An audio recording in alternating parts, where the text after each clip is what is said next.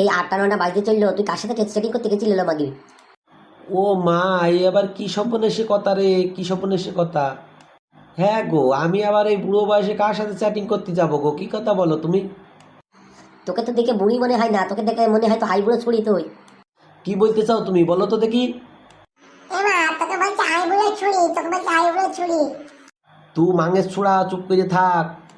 মানুষ হয়ে মানুষের বাড়ি যেতে পারবো না, তাই গো? নাই কি? তুই কোন কোন বাড়িতে গেছিলি রে? তোর মেয়ে আমার মিথ্যে করে বললো যে মা ঘুরতে কানতে গেছিল। হ্যাঁ, মেয়ে তো ঠিকই বলিয়েছে। তুই আমার পারমিশন ছাড়া এখানে সেখানে যেন হুটহাট করে যাস না বলে দিলাম।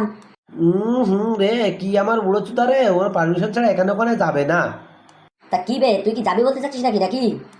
তুমি সব বেশি বকাই না বলে দিলাম। ঠিকই বলেছিল আমার ছেলে ফুটো, তাই এখন সব বুঝতে পারছি।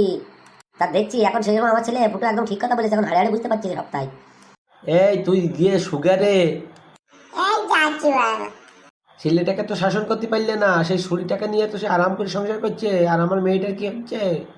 আর এইদিকে আমার মেয়েটা বুকের মধ্যে পাহাড় নিয়ে রাত কাটাইছে। তুমি একবার ভাবলে না যে আমার বেটিটার কথা কি হবে, আমার বেটিটার কি হবে? ঠিকই বলেছে বাবা, তুমি তো মানুষ দেখানো ভালো মতো নেই। শুকাবে বলে দিলাম শোক। উচিত কথা বললে তখন তুই সুগে মুই সুগে, তোমার কাছে কোনো সত্যির বিচার পেলাম না। মা আমি শুয়ে পারবো মা? সুগা, তুই যা, সুগা সুগা। তোরা যা মা বেটিতে করতে লেগেছিস তা কি বলবো।